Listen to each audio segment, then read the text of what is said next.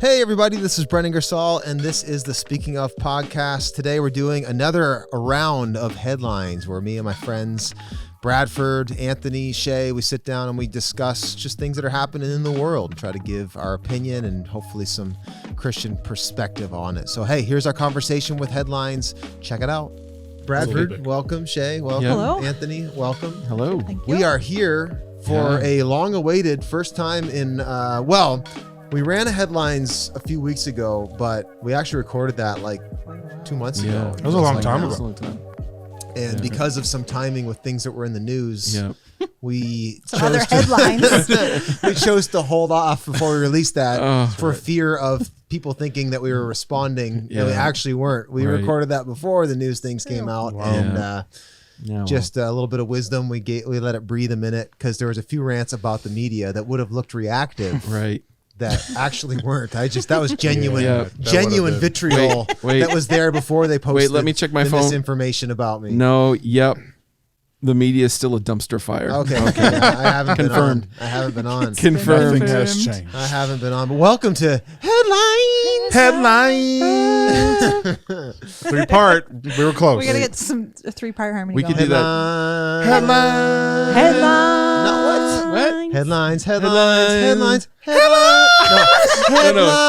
There you go. Headline. Ready? Hit that. Headline. Okay, ready? No, Ready? and then we're gonna do the bend. Okay, Ready. so I'm gonna start it. And then you're gonna hit that note, Yes. and then we're gonna bend Hopefully. it. All right, so Hopefully. watch for the bend. Watch the Perfect. headline. Yes. Oh my gosh, Yes. that was beautiful. That was the greatest moment in the history of headlines. That is right the new now. intro right there. I'm getting that audio recording. That was the best. Show over, actually. We're Yeah, done. that's We're it. done Let's here. just We end cannot it right improve. We just peaked. I remember shout out to Chris Stevens when I was in college. We were at our basketball teams, the Kingswood men's and women's basketball teams. Before you could identify as female and play on the women's team. Okay. The men were watching the women play, and me and Chris Stevens and Graham Perry. We had like a little quartet of guys that could carry a tune, and we were doing cheers in harmony, Nice. doing a lot of bends and movements that Chris Stevens was leading. It was He was conducting. it was a lot of fun. Yes, I've been a Good part times. of some of those. Yeah, Good times. Anyway, here we are, trying not to get canceled, and we are. We kind of are trying to get Yeah, we canceled. pretty much are at this point. Yeah, we I feel Doing like a bad job at it. I are. feel like Keep I coming feel like back. well, in all seriousness, we started doing these conversations just because there's a real world that Christians are trying to navigate. I mean, just today I talked to a couple that one's a nurse, one's a contractor, trying to figure out how do we walk our faith out with these real world issues. Yep. And there aren't a ton of. It's a lot of gray. There's not a lot of just good, easy answers in a lot of these complex situations. And we thought it'd be worth at least facilitating discussion in real time. And hey, as Christians, as parents, as individuals, as men, as women, as people of color, as white males, how do we process this stuff? And white females. I do not identify as a white male. As gingers. Yes. What a black female. Black female. Oh no! I got and I have First Nations. I have First Nations there you covered go. as There you well. go. Yeah, there you go. Wow, And yeah. I'm at least 132nd. 132nd. But we don't have. And I guess we weren't really trying to be cover all the grounds of diversity. We are a little bit generationally limited. Oh yes, that's true. That's true. We've only got. I guess you're a Gen Xer. Yeah, I am. I'm a millennial. Shay's a millennial. I think we need some I'm Gen a young Z. millennial. We need some Gen Zs. I'm a but geriatric millennial. Let's not. What's that make you? I'm not ready for Gen Z to be at this table. No. No. You'll just be watching TikToks the whole time. Exactly. Yeah, My daughter's exactly. Gen Z, and I'm still trying to figure all that out. Yeah, so. man. Good luck. But well, let's. Hey, I've got some incense. You guys haven't been here since I got the incense Is it burner. gonna I like make me it. sneeze? I like it that you wait Watch till this. Watch we're this. actually rolling. Like, Yeah, it's well, like- it only lasts for like 2 minutes. it's a so, ceremonial. So What's the smell? lighting. Oh, I don't even know what the smell Yeah. is, but we'll get it. It will. We'll get her. We'll Is get it gonna her make going me here. sneeze all It's day? invariably. It might actually. Do you like scents? I'm allergic to scents, Oh well, as you know. here you go. My sister. Brother. We'll just. Yes. You watch this as it cascades. It's a good one. I As like it it. cascades down. Yeah, it's not a bad smell. It's gonna cascade down the waterfall of incense. Day and night, night and day. Let incense fall down. Underwhelming so far. Yeah, it's just I there. like It's it. part of the ambience. That's Yeah, all. it's All right. exciting. Set Our in the listeners mood. have no idea. Set in the but mood. Nope. They can smell it in their imaginations. All right, well, let's hit a few headlines. See what we got going on. All Let's right. cue the music, producer Ron. And El Salvador will be the first country to adopt Bitcoin as a legal tender. Back to you, Brent. I thought it goes to Ron. Back to you, Ron. Thank you. All right, well, hey, score one for El Salvador leading the way. Yes. To me, This that's is the huge. that's the noteworthy thing is like Yeah. El Salvador is leading the Technology, way. There you are. technologically advanced. They El seized an Salvador. opportunity. What do we got to lose? We're a little El Salvador. Yep. We've not been leading the way in anything except maybe like good soccer stars per capita. Yep. Maybe. So- Yeah. Sure. So That's right. yeah, hey, I don't know a whole lot about Bitcoin. Me other either. than- Yeah. I don't know either. I do know that there was a guy. This has got nothing else. It's a completely different headline, but it's got to do with Bitcoin.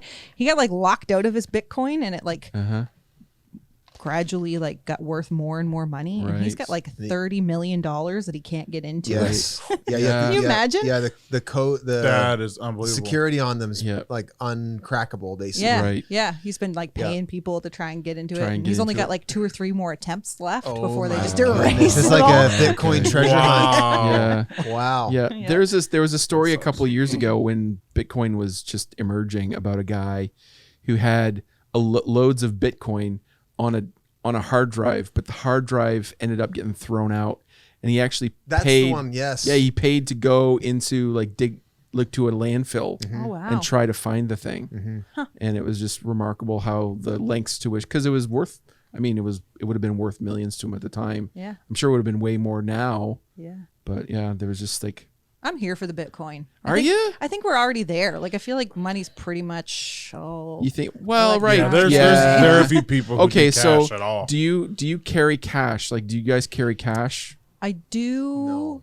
Yes, because No. I'm trying to be frugal and Dave Ah, Ramsey-ish. Dave Dave Ramsey. Ramsey envelopes. Yeah, yeah. And there's no digital envelopes. I know. Really. I know. I'm trying to use But- self control. Yes. Yeah. That just I just don't buy it. Yeah. Yeah, I don't. that I don't doesn't work have so well cash sometimes. anymore. Like really, like everything.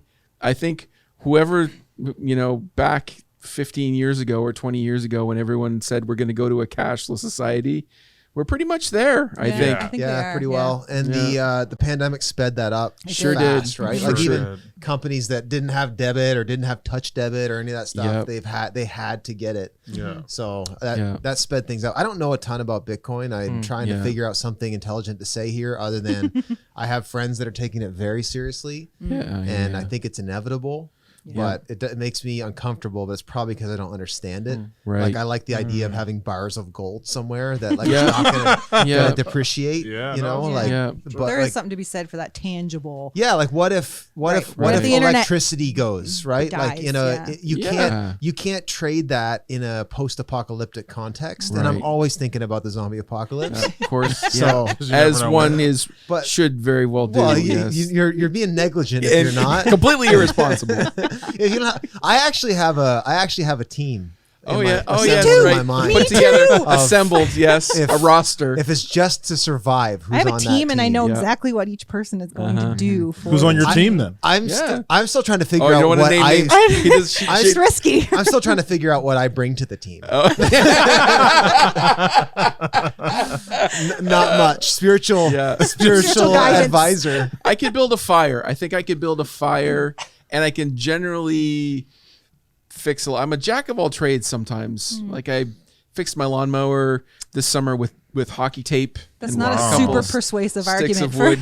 coming But on our team. I can jimmy a lot of things. I can like Okay. I can Yeah, put a I've- patch you're a a lot of jimmier. things See, together. I've got my yeah. arms guy. My Yeah. cousin Sean Yes. has a whole Right. like he has John Wick's closet does. in his basement. It's going now. See? Yeah. A little while Yeah, ago. literally. You think Cascade. I'm exaggerating? Like this Oh. guy's got a full on like every Yeah. bang bang shoot 'em up movie you've Oh, seen man. has like the safe that you open up and it's got all the Yeah. heavy weaponry and he's got it. So He's got that. I'm gonna definitely enlist him. Oh, my. And Uncle Don. Uncle Don. for his gardening and hunting skills. See, I'm not thinking that far ahead. As far I I'm am. just like survive Immediate, the first like, wave. yeah. How are you gonna eat? Yeah. How you gonna We can eat? still, we can still get. You Well, gotta go hunting. Scavenging, To like canned foods. Scavenging. Yeah. Yeah, we'll figure out rebuilding civilization. I'm gonna be the one with the little garden in the corner I while think- y'all are eating their tin I think cans. you're going to get eaten. Enjoy. Yeah, You're supposed to protect me. so you're not on my team. Rude. Freaking big Sorry, brothers are Shay. the worst. Yep. Kevin Yeah. Doran's on my team. Oh yeah. Oh, Oh, right. yeah. Friend Yeah. Kevin, Yeah. he's a just a smart guy. Yeah. Troy Gallant. Yeah. Although Oh, Troy yeah. might. Here's the problem with Troy. Yeah. And this is totally alienating our audience Yeah. here, but Troy might never- overthink yeah. some things. He might. He might Oh, he listen. may want a quality that's not Yes. useful in a time of That's- zombie. Yes. Poor Troy. 100%. That guy. He has standards that are too yes, high. He does. He does. he does. You gotta be willing to cut Yeah. some corners if Yeah. we're gonna survive the zombie apocalypse. It's true. So AJ I was gonna might say be- you don't might you be you want AJ. yeah, Yeah, someone And who's we gonna are a just hack it package together. deal, and I'm Right. okay with being the package I don't that feel comes like along with spouses and AJ. kids are in this picture. Rude. Yeah. While you guys are hanging out, offended. I'll be dead. That's how it works. That's how it. I'll Agent- just Agent be in heaven Expendable. while you guys are trying to survive. Agent Expendable over there. Oh man. Well, yeah, I don't. The only thing I don't like about Bitcoin is that, yeah, if electricity ever goes, Yeah. well, then how do you fire up the who's where? That's why gold to me, or that and that's why Like, where is Bitcoin stored? yeah. Right. Like what? I think though, if electricity goes, that means the world's Yeah. gone to absolute pot. Well. And But there's going to be things of value to trade. that's right. I still, don't know for that it's going to sure. be gold and like cash money. It's Yeah. going to be like your canned goods and Yeah, your or like, horse, and water. your Yeah, shovel. That's true. Yeah. Gold may lose its Yeah. value Right. too. Right. In a Flour. post-apocalyptic, you may just want goats. Yeah, Right. chickens. Just want some milk, guys. I don't want no gold. But we have somebody at our church here at King's Yeah. that was asking if we'd take Bitcoin. Ooh. Right. So we Do do it. need to actually Do figure it. out how to get into that cryptocurrency. Do you think though world. it's too volatile Yes. now? It really is. It is too volatile, in my opinion, right now. Now it's gone way up and to the right most of the time, but it is fair. Like it did lose 10% of its value over the course of like a couple days. Well, that's just because Elon made Yeah. a tweet and then it just Yeah, dropped. but that's a problem because Yeah, it's the highly fact that it's subjective. It's so subjective that one man with a tweet can influence. Yeah, but it's the not just value. one man. Like if he said I'm investing today in Chick-fil-A, Totally. everybody would invest in Chick-fil-A. Right. Which I wonder if there's I'm showing my limited knowledge of this. There must be like some controls on if he invested in Yeah. Chick-fil-A, then tweeted That's- it, yep, for and sure. made his own Yep. return There's on that. insider something. But is that is out it- of bounds? Like if you have that type of influence, can you manipulate the stock I'm market? sure people do. I'm So- sure people do. They're actually, so Tesla did invest in Bitcoin. Yes. And like they tweeted about it. And so then it went way up. But then they Right. said they're not accepting Bitcoin anymore because of environmental stuff, and then it went Yeah. way down. Right. So Okay. and he's tweeting about it, so obviously it's okay. Yeah. Interesting. All right. Well, let's go to the next one. Cue the Yeah. music. Florida high school altered girls' yearbook photos to hide their chests. Back to you, Ron. No, Shay, please. Wow. Well, Yeah. Oh, Interesting. I find it surprising actually. Like, was it a Yeah. Christian college, a Christian school? I didn't read the I article. don't know. I No. don't think it No, was it's just like a They did- normal. normal school. And it wasn't even Yeah. like a good They didn't even Photoshop. do a good job of it. On the one hand, No, they did a terrible Oh job, wow! right? Wow. Yeah. Okay, so Okay, we're that's- seeing all that's a kinds little- of Photoshop stuff. Little House on the Crazy. Prairie Poor over there. girls. Yeah. Yeah, I Right. think Oh, I my feel word. I feel torn about this. On the one hand, like, hooray for modesty, Yeah, but but that's on not the for other the hand, like schools. that's But it not still their feels right. That's not like their a right. breach Yeah, of for sure. Yeah, like a breach of like, Yeah, hey, don't I agree. don't do that to me. yeah. Yeah, It's like it's weird. a girl in high school is already pretty like afraid of their Yes. bodies, and Right. like for somebody to come along and be like, nope, psh, that's Yeah. wrong. Right. Nobody can see that. You shouldn't show that. Right. Like that's the poor girls. the modesty thing is needed to be dealt with. Yes. In especially like Christian circles, but I do think something's not right with like just deciding to paint over someone's body. Like it Right. seems a little weird. I think it's for sure, and we've had those conversations before too of where's the line and what do you do, and this is probably a podcast in and of itself, right? But I do think, right, hooray for modesty. Like, modesty is an important thing, but there's also that violation of, like, we're gonna now impose our will upon you, and we're not actually going to do it in an empowering way. We're actually going to do it in an oppressive way. Yeah, which and there's this line of, like, shaming someone's body, and then trying to encourage women to love their body and embrace their body, like, no matter what their shape or size or whatever. It also still pushes the narrative of women's bodies bad. Right. Or, like, women's bodies should be hidden because 100%. men are going to look at you and then you're going to be raped. Right. So there's this like stigma that it's always sexualized. There's no onus on the men to just and then in this case, no onus on the women here either to actually like cover up. I mean, like, my chest, like, I can't wear, like, V-necks Photoshop anymore. that You're gonna make me stumble, Bradford. Like, can you cover up? Dude, my milkshake brings all of it. Oh my gosh. You want to look? I'm just right. It's better than yours. Sorry, guys. Okay. There's, again, this comes back to the idolatry of sexual culture is just so messed up. But, like, to me, there's the question of these girls, you know, like, what's the conversation that needs to be had around what you like, how you present yourself and why. And then, you know, obviously whatever concern the educators had for boys or for whatever and how they're going to be looking at those girls, there's a conversation there. And then there's just the conversation of, like, is it the right of an educator or, like, a, you know, to be editing, you're editing like, it seems like you're stepping into a zone that doesn't belong to you. For sure. You know, for sure. So, but that's again, the sexuality piece is such an idol in our culture. It's so hard to navigate, and even an instant like that, because it's connected to so many different things. Because you could actually look at, I mean, again, this is like again, we've had those conversations about, like, where does the line, like, 100 years ago it was ankles, right? Like, you and I could look at that picture and not give it a second look, or if you were looking for something, like, because that's entirely tame, right?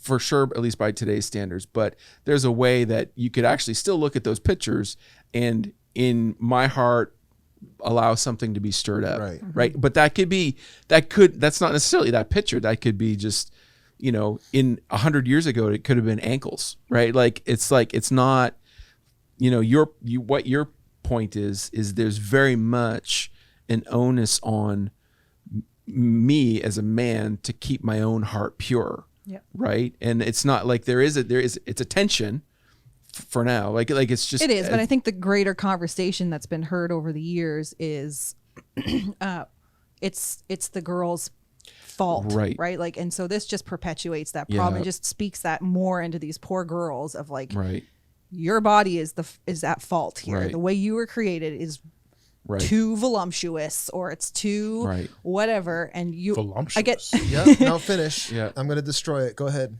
No, what you're saying is true, but I don't want to now. Was brother. I don't want to finish now. No, but, like, that was brother language. So, like, take what Paul says in the New Testament. Like, he actually does put the onus on especially women to be modest around men, and it's like there.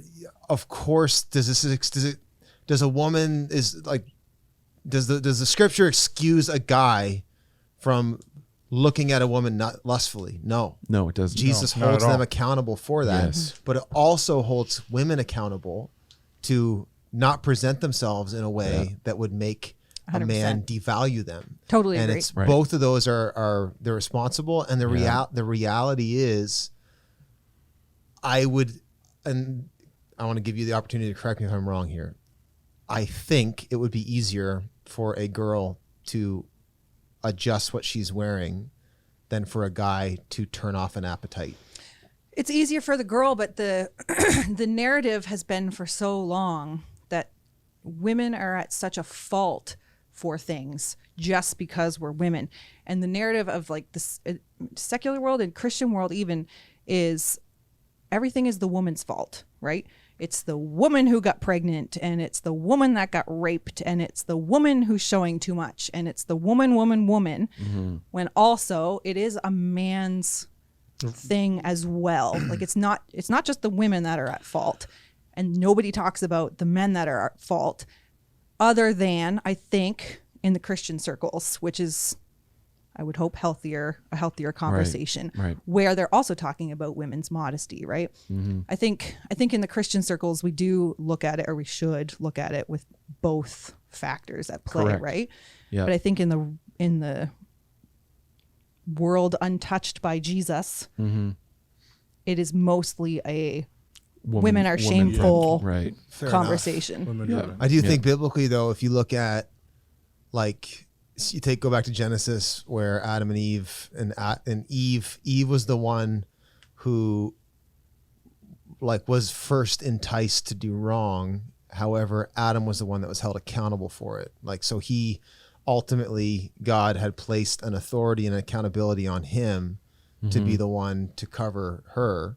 Yeah. And he didn't. And so it's like, I think you see that playing itself out, though, even today in, women should, this thing wouldn't have gone, you can make the argument this thing wouldn't have gone that way if Eve hadn't done that in the first place. But then you can flip the argument around and say, but if Adam was being the man that he was supposed to be, she wouldn't have been in that position to begin with. Totally. Right. And I think it's both, but I think like both are highly accountable, but in different ways. Yeah. Yeah. And I think this is I would love to have a larger conversation on this, because you look at the way that the world views sex. It's always the female, like, I'm going to say vastly, it's way the female who is the object. Is the object. Yes. It's like when you have a brothel, 999 times out of 1,000, it's always to visit the female for the objectification and for whatever goes on there. It's gay men. You're selling the female. That's right. To satisfy a man's appetite, right? And that's the way the world is, and we have to, like, that didn't happen by accident, right? That isn't even, we're not even pushing like that women would go visit men. Not saying that doesn't happen, but it's way the other way significantly. And so understanding that dynamic, that's a product of kind of how things work and kind of how men work and kind of how women work. Women are the ones, men are the ones who tend to objectify women, and women are the ones who tend to be who can present themselves as objects. Who can for sure present themselves. And this whole thing with, like, but is that only because men have looked at them that way for so long? Like, it's a vicious cycle. Yes, for sure. It's both, and I think what disrupts it is when we see the God image in each other and we serve each other instead of seeing each other as something to be used. Yeah. For sure. And that's the Christian perspective, is like, it's like, I should be able to, I am responsible and accountable to the Lord for the tending the garden, like, for like allowing myself to go somewhere where I shouldn't go mentally. And there's, and only he sees that. There are times where only he sees how I fight that battle in my mind. Right. Like it should play out this way, that, like, hey, there's a beautiful woman who's not my wife, but she's part of the church. Right. And we go to the beach. Right. She should be able to, like, wear whatever she wants. Right. And know that I am going to go to war against the maybe natural urges that are in me, right? And crucify those, because I refuse to see her as an object. And she should be able to wear what she wants and know that I'm going to love her in such a way that I'm not going to allow myself to see her as an object. Right. I should also know that she knows that I do have urges and natural desires inside of me that I'm going to have to go to war over, because she chose to wear that. Right. And, like, so in a perfect Christian world, we should be serving each other. She's like, what? I don't even want you to have to jump through those hurdles so you don't sin. Right. 100%. Right. And, like, there should be a level of mutual, she should be able to wear whatever she wants and not worry about what's going on in me. Right. She should trust me as her brother, the same way, like, you're my literal sister. and you're not going to make me stumble, right? It's not happening because I don't see you that way. I see you as my flesh and blood. Right. And I need to be able to, in the spirit, get that way with women who are part of the church who are not my wife. Right. Right. I think there's an important mental pathway, I guess, for women as well. Beyond just the I shouldn't dress this way so you don't stumble, where I get what you're saying and I don't disagree. I think that should be part of the thought process there. But I think too there should also be a level of my body is for my husband's pleasure only. Right. And by going and wearing whatever it is that may cause any X number of men to think any X number of things. That's not your fault. Well, it's not my fault, but I also am taking into account the fact that I know that happens. And I don't want a man to objectify me because I want my husband. I want to save that for my husband. Yeah. Not that I want him to objectify me either, but I do want. I do want it, yeah, right? Sure. Like Yeah, that's for him. It's not for anybody else. And so when I'm dressing a certain way, it's, am I doing this for others, or am I doing this for myself, or am I doing this for my husband who gets to see whatever, whenever, you know? Right. That was. Sorry, Adrian. But good. Yeah, I think that's an important part of the conversation that women need to have in there. And I was just thinking, like, the other thing too is, like, if we can get to a point where it's like in the tension, I think, because you touched on something at the beginning, it's like the way, even from a purity culture, or even from the way that the church promotes this, if we can communicate to young women that it's the value of them, the value for them to value their own bodies, to remove shame, but also say it, like, empower. It's like that. It's empowering to them. It's empowering to them to be modest, right? It's actually empowering to them in a way.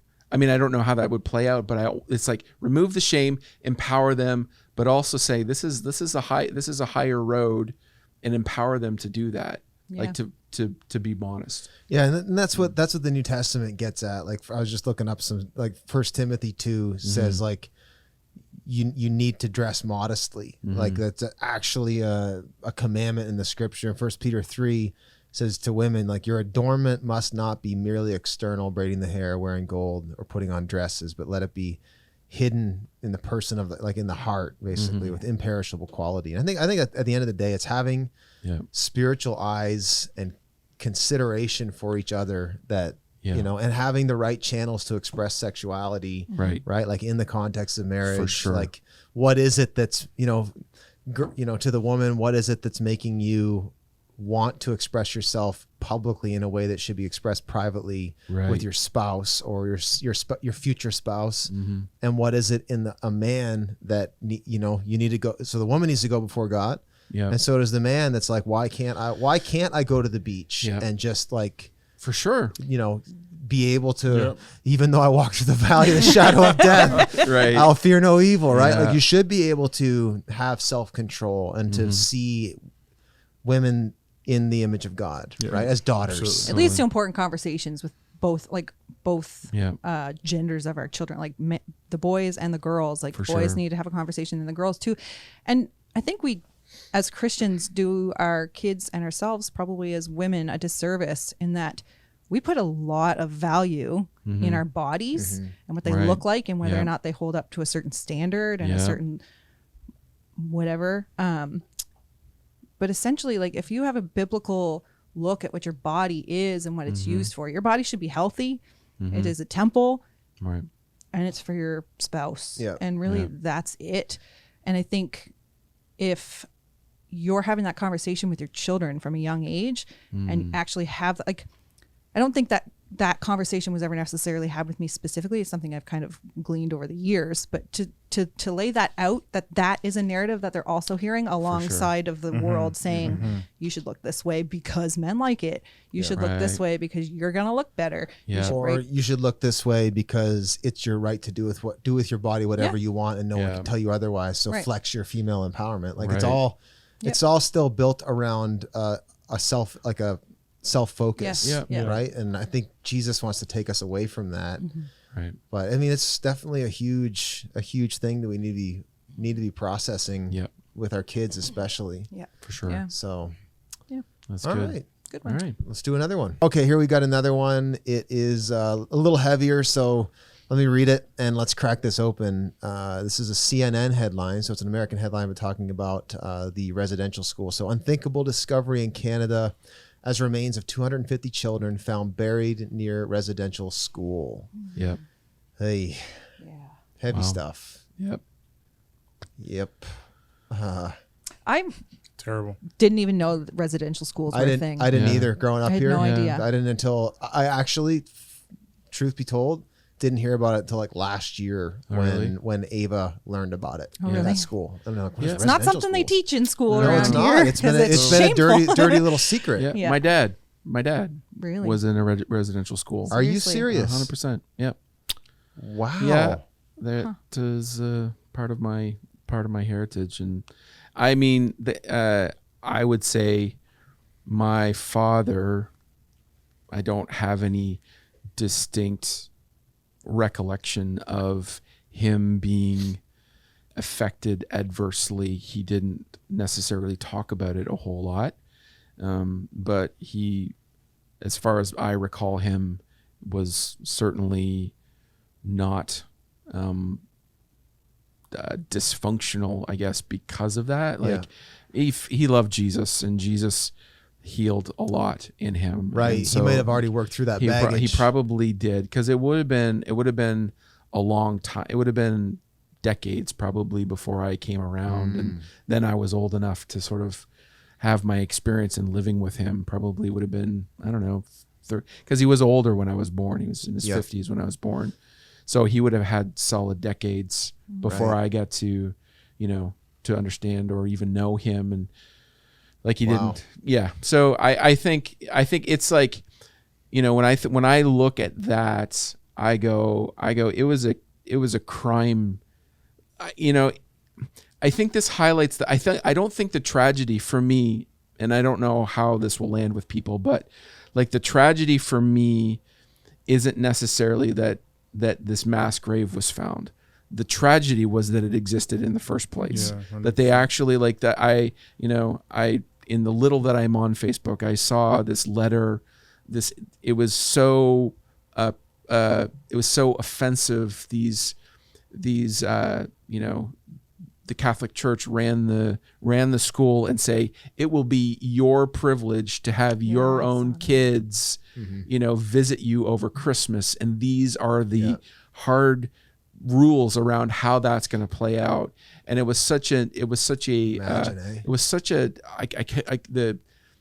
gall of, and I don't know. I mean, again, I can't speak for them. I can't know but again, we're sort of superimposing today versus 100 years ago. So I can't, but it's like the tragedy is that they were actually tried to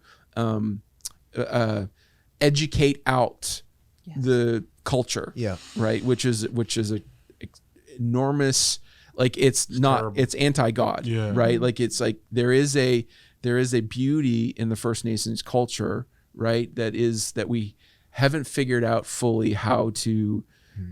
Like we acknowledge other cultures, but even in the First Nations culture, there is a beauty to that, how they live their lives and how they are as a society. The kingdom is supposed to come up from within, for sure, and not be from the top down, for sure, enforced. And it's a real. I mean, it's a. And for people who don't know, or maybe you're listening, maybe you're from the States or somewhere else. Residential schools are basically Canada's attempt to.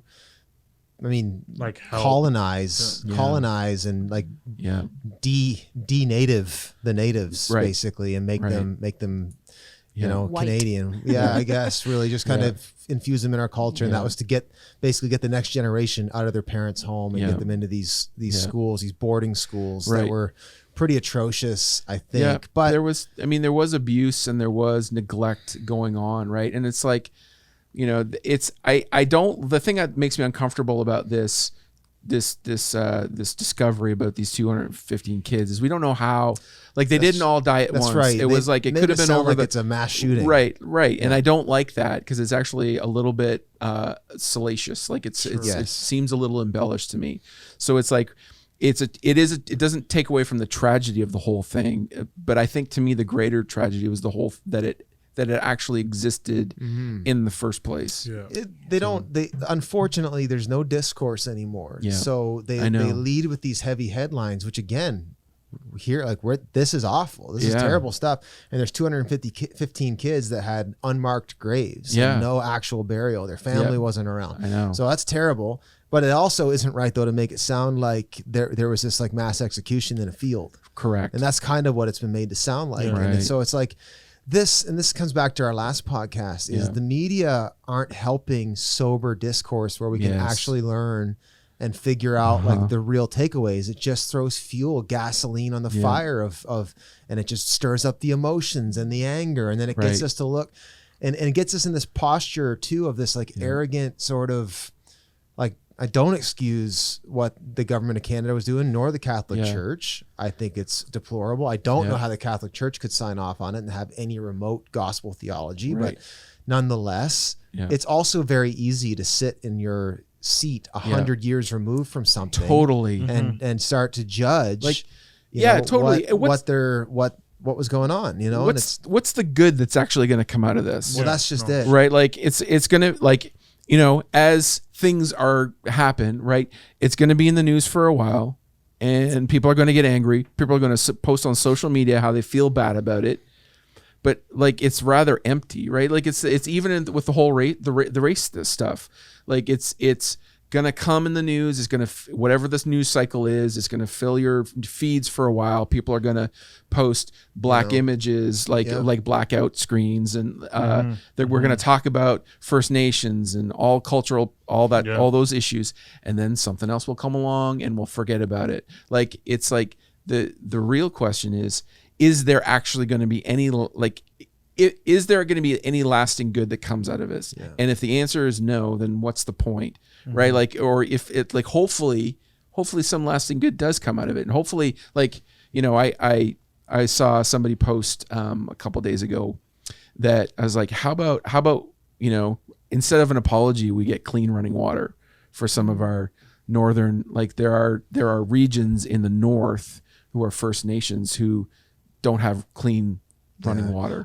I don't know what I totally think you're bang on that's why I think more and more people are just growing really weary of like the social media cry of the oppressed, you know, and like all of a sudden we change all of our banners and we put our commitment to get educated on this or that. And I acknowledge as a settler that I don't have it's just virtue. It's just freaking cheap virtue signaling. Yes. And if you're not willing to actually, and like saying I'm going to educate myself costs you nothing. It costs you nothing.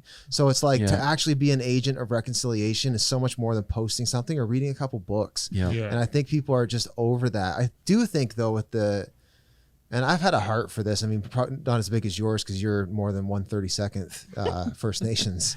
But you know, I've had a heart for a long time to try, like, God's heart is so for them.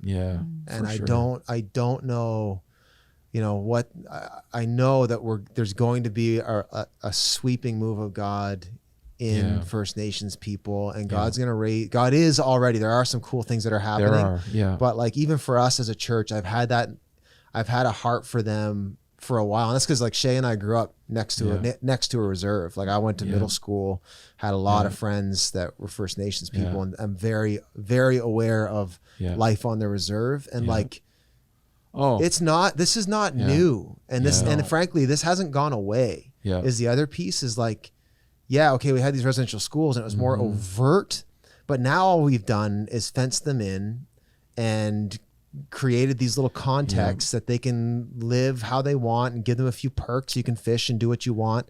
And like, it's just it's highly dysfunctional. Yeah. It's not healthy. And literally on the reserve that I grew up next to, there are homes and places that, don't look too different than Haiti did. Like that. It's just, it's deplorable. And it's not just that, it's not that they're poor in that they don't have money or opportunity. It's just that there's a brokenness and incongruity to the bridges we've built. We haven't helped them. Yeah.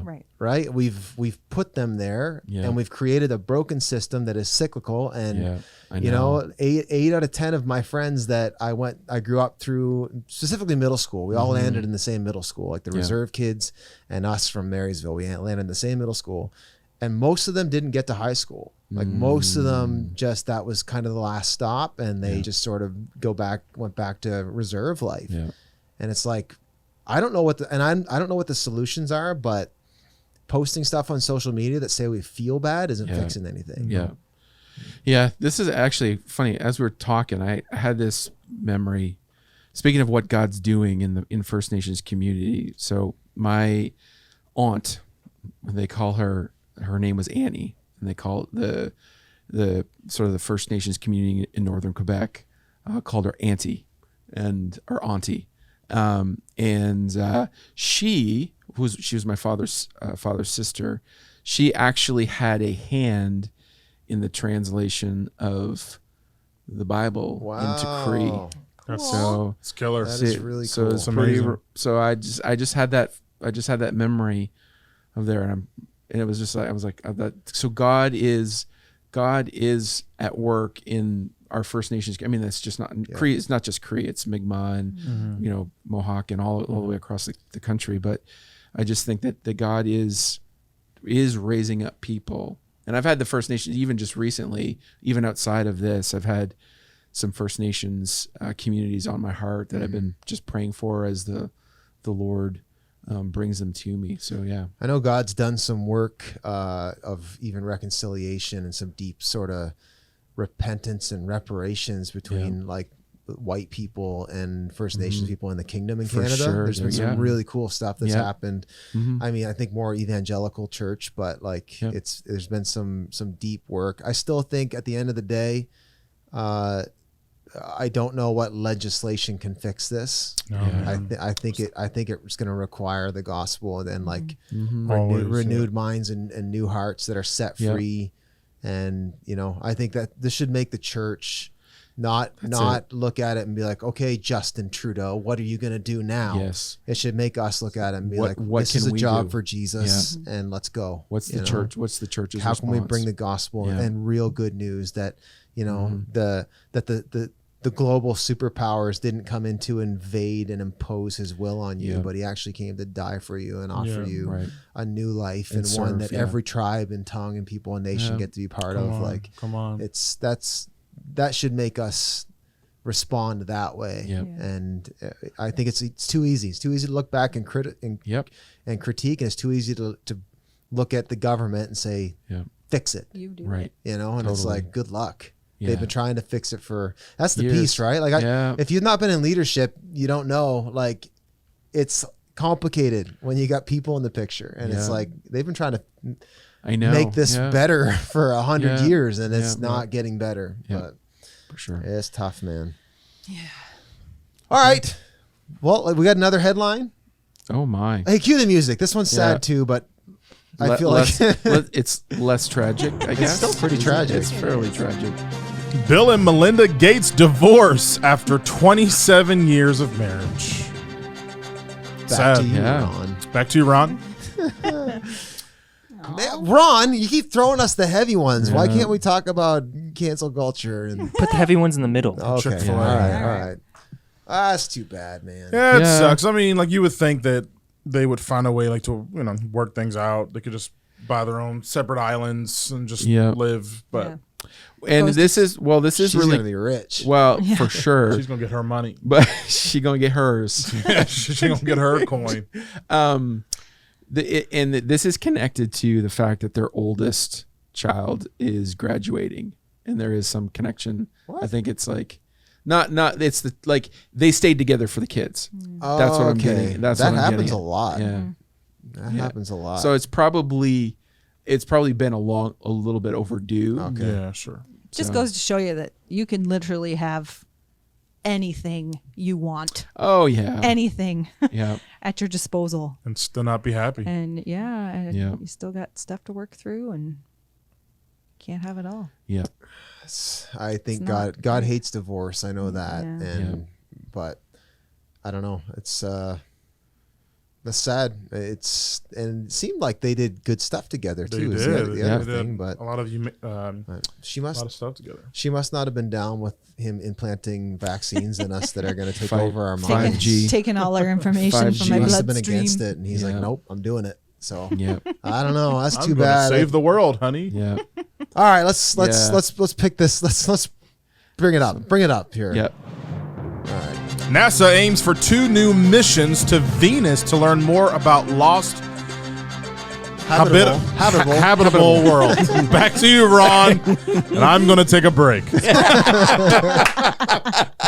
I'll let all the science nerds speak about this one. Scroll down a little there, Ron. I want to see what this is Yeah. What's about. up with that? This is exciting. Magellan something. Oh, look at Venus. There Look she at is. it. I actually orange and acidy. did a little research, and we've sent probes to Venus. We have. Yeah, I wanted have. because I actually started to do some nerdy research online when the Mars rover landed. For sure. Like I even wanted to look and see like why Mars and why haven't we gone to Venus, and actually Venus is closer at times. it is. But Mars is easier to get to apparently, just with the way the cycle goes. Yep. But That's we've been there. That's a terrible environment to send anything. Yes. It's like the rain is acid. Yeah. So it's like completely like, yeah. And it's actually been like since the 70s, I think 70s or 80s that we've sent probes there. Yeah. Yeah. So we have had as much contact there as Mars, but I think there's been more conversation about Mars because of the possibility of it being useful. Yeah. I think Venus is It's a bit of a lost cause. Now, if you want a fun sci-fi read, Okay. Always. Okay. so C.S. Lewis did a 3-part sci-fi trilogy. He was originally challenged by Tolkien, can you write fiction? Right? And he said, okay. And he wrote The Chronicles of Narnia, like you do. Like you do. And then he wrote a 3-part called Out of the Silent Planet. And it's this one character. First he goes to Mars, and then he goes to Venus. Yep. And it's quite an enjoyable. Oh, yeah. Did you ever? No, you told me it's in the pile. It's in the pile of to read. And then there's a 3rd one called That Hideous Strength, which plays out on Earth, and has Merlin in it and everything. Oh, it's so nerdy. It's so nerdy. Yes. And Christian though. It's like there's theology in it, and it's brilliant. Okay. Anyway, cool. Wow. So that's my only association with Venus. I have the book called Pearlandra. Pearlandra. Yeah. Hey, I'm all for space exploration though. I just am all for it. Me too. It's nice. I want to go. It's brilliant. Wow. It's beautiful. Really? I do. I read Andy Weir's latest book. Okay. The guy who wrote The Martian. Anybody know? Yeah. The movie The Martian. James and the Martian. The book's way better. Okay. So I loved the book, is. and then the movie came out, which was okay, but the book's excellent. And then he wrote a new one. Then I just read it, and it's about deep space exploration. They find the new species, and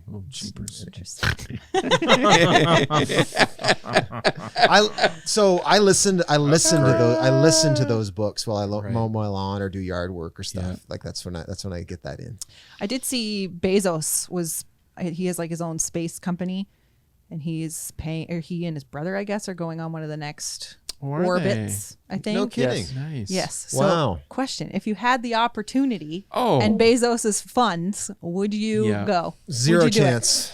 Oh, that's a tough one. I think I probably would get. It's like if the odds. I mean, there's a higher death probability doing those things than most things, but generally, I know, right? Like you could actually say there, stick it to the flat earthers and say, haha, there you go. Right. I don't That's your only goal. That's probably not worth going. No, it'd be not until the technology's like way at the point where we could sit at a table like this and go up, but like there's so much stress on your body, and like it's still a violent prospect to get through the atmosphere. Yeah.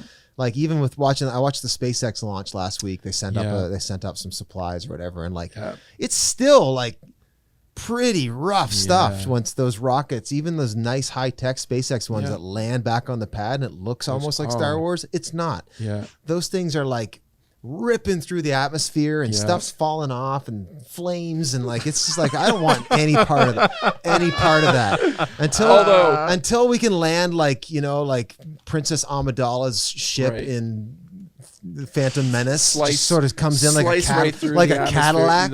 I'm up for that. But like I'm just made for the world. Let me just say that video of like 6 months ago, whatever, when those two rockets come down together and land together. Come on. Like I got emotional. I'm like, this is like I'm seeing I'm literally seeing something here that's gonna, I don't know where it's gonna go, but like it's a momentous occasion where we actually have like the rockets themselves come down and fire their rockets, and they don't topple over and they just land at the same time. I think we're close to some big breakthroughs like with space travel, but until we figure out like the speed of light, we're just not going to get very far. No, truly, like the universe is just too big. Because you have to leave the warp trail so that the Vulcans actually discover it, right? And then give warp technology to humanity.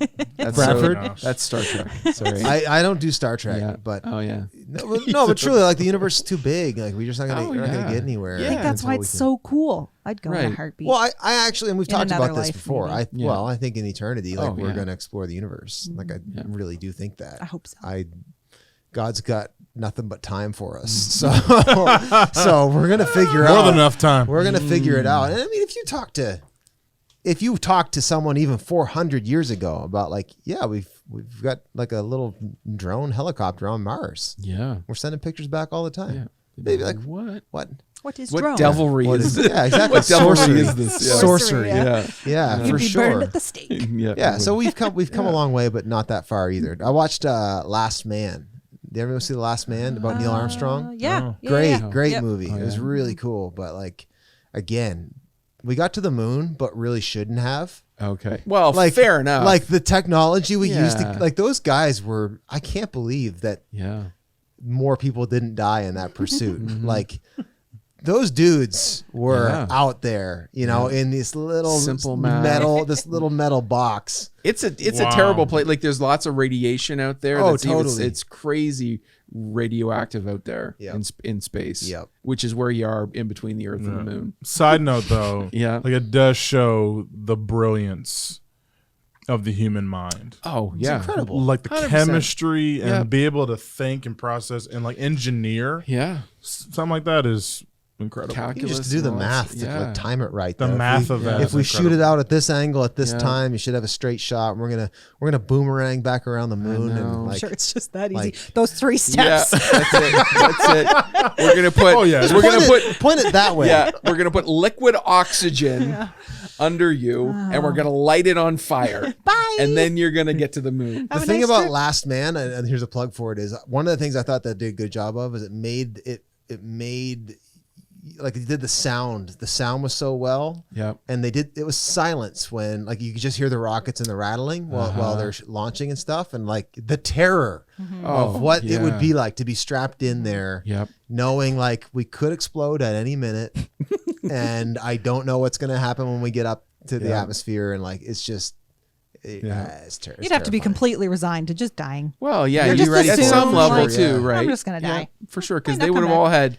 They would during that whole decade of the 60s. They would have all had colleagues because they would have been. You're in the system for years before you ever get into a rocket. But Yep. We got any more headlines? We have 2 more. Okay, let's do a couple more. Right. A couple more. Here we go. Cue the music. Go. Pentagon scientists reveal a gel sensor that detects infection in your body before you show symptoms, and a filter that extracts the COVID-19 virus from your blood. Ooh. Back to you, Ron. More science fiction. That's it. I'm out. I'm out. That's amazing. That's wild. That's amazing. That's pretty cool. Also creepy, but amazing. Creepy factor for sure. But the fact that somebody can do that. How much that shark being sold for? What is that? There's a picture on the headline, an advertisement for a shark vacuum cleaner. Okay. It's a vacuum. Okay. Oh, I just don't care about COVID anymore. But, No, okay, but think past, so this think is past COVID. This isn't here. just I this know. is just detecting. They'll actually know you're sick before you know you're sick. That's great. Right? That's really cool. Yep. Like a little check engine light. Seems like they had time to work on that before COVID was I a read thing. the actual article. Oh, did you? They said Okay. that. Okay. Yeah, I think that's cool. They could do that for anything. Like, think Yeah. about any infection or any disease. Cancer, disease, I think that It's diabetes. the beginning of something really cool. I think that does bring up the conversation, like even around like the vaccine and stuff. Yeah. I've had a lot of our people reach out. Should we get the vaccine and shouldn't we? And like, I think as Christians, we do need to be aware of the grace of God in human engineering and development as much as we need to be aware of the capacity for human beings to scam one another and hurt one another. Also, I don't want to be one of those, like the old preacher's analogy of like, the guy that's on a roof in a flood and he's praying, praying that God delivers him, and a boat comes along and it's like, nope, God, I'm waiting on my miracle. Yeah. And then a helicopter comes along and I'm waiting on my miracle. And then he drowns and God's like, I sent you a boat and a helicopter, man. Like, what are you doing? And I wonder like with the vaccine, like I got the vaccine because I asked my doctor friends. Yeah. And I got off the internet and stopped with it and asked my doctor friends, you have a daughter and you have kids that are my kids' age. Are you going to, when they're at the right age, are you going to get them vaccinated? Or are you going to do yourself? And they're like, yes, we are. Right. I was like, okay, well, you know more than I do. You love Jesus and you love your kids and you're educated more than me and WebMD. Right. And so I think that's missing right now, honestly. Like everybody thinks they're an expert, and how do you know who to trust? And so I just wanted to go into my relationships, and fortunately I have some physicians around me that are godly people, and I trust them more than the blogs I read and the YouTube vortex I went down and all the anti-vaxxers and pro-vaxxers and all. Like, man, just talk to your doctor. Yeah.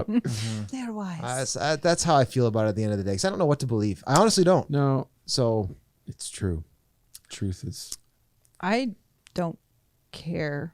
Honestly, like about the vaccine.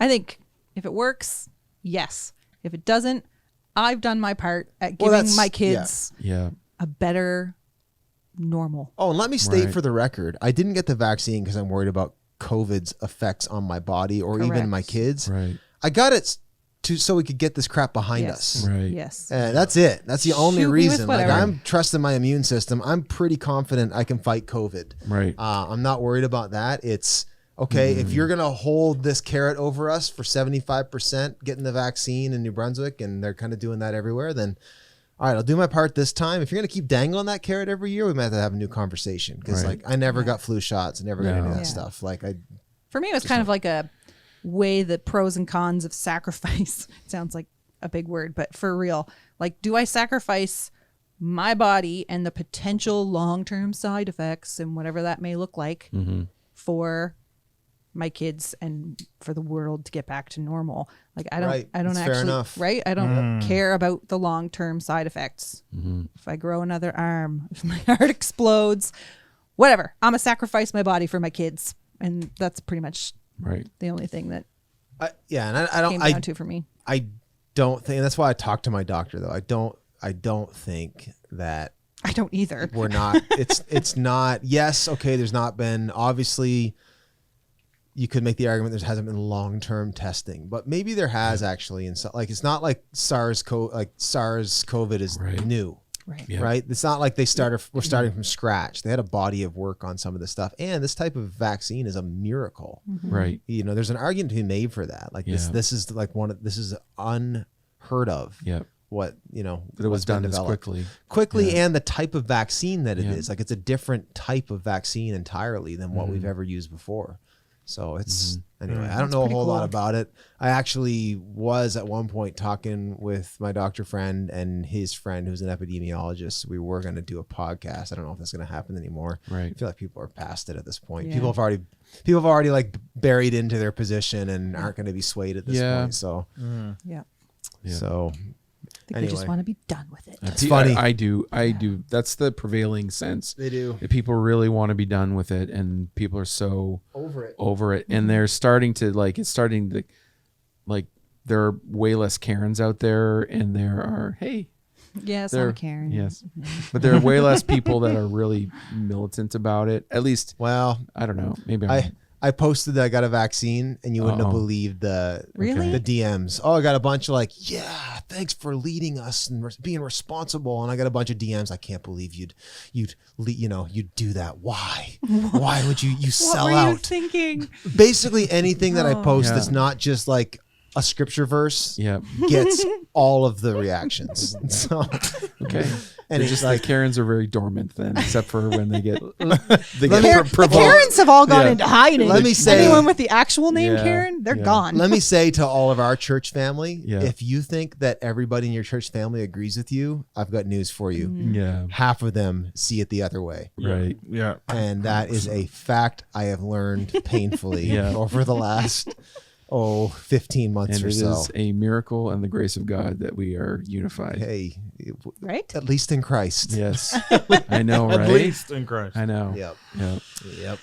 All right, we got one more. Last one. Oh, some good news. Yay. New Brunswick COVID-19 roundup. Path to green unveiled. However, 9 new cases.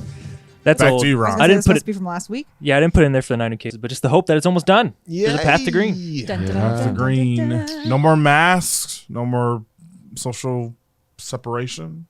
So they say. Do you think that's the pessimist in me is like, is this just going to be a thing that they've now a tool in the tool bag that they've got to just control everybody? Yeah. I don't know though. I feel like that. Yeah. I choose to think better of them. I think there is a world where that could be the case, and there may be some governments where that is the case, and maybe it is ours.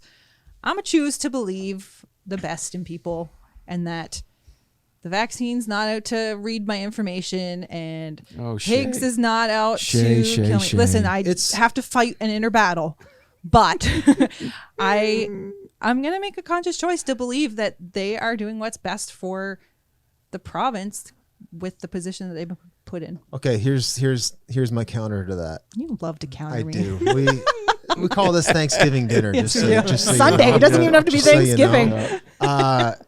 The counter to that is, and I agree with you. Let's take our New Brunswick's premier, Blaine Higgs. I think he's a good man doing his very best. I talked to him about it. I talked to him and I saw a guy that was between a rock and a hard place just trying to make it work, you know, so honor and respect to him. And I would even say the same for like Jennifer Russell. Like, again, these people are being put into these positions where it's like, if my little world, like the little woe is me violin I was just playing about posting something and getting all the feedback, imagine, you know, amplify for them by a platform 1,000 times bigger than mine. Yes. So like, I don't envy them, and I actually think that that if there are powers at work, it's higher than them, and I actually think it's higher than Trudeau or Trump or Biden, and it's even higher than the woke agenda, and it's spiritual principalities and powers that we're dealing with, and the Bible says that the enemy is the prince of the powers of the air. And so I think for me, the reason I always have like a pessimistic is because at the end of the day, as long as politics are ruling the day, it's an open avenue for the manipulation of the enemy to just do his thing. 100%. That's my fear is like, I think they're doing the best they can. Blaine Higgs is not the man, you know, and even if there is the man, or if Big Brother's out there, he's a puppet on a string of the real enemy, or the real war is. We don't war against flesh and blood. We war against powers and principalities of darkness. the grief I have is like I watch this unfold and I'm like, we're getting played. Yeah. You know, we're getting played by the devil. Yeah. Not bad people necessarily. It's the enemy. Yeah. That's my take. Yeah, for sure. And I think that the lasting legacy of this for me is just the power of fear. Right. And just the way that people, it exposed a lot of, fearful ways that people responded outside of, like allowing what you feed, this is to say, it goes to like, if you feed yourself fear, it shouldn't shock you that you're fearful.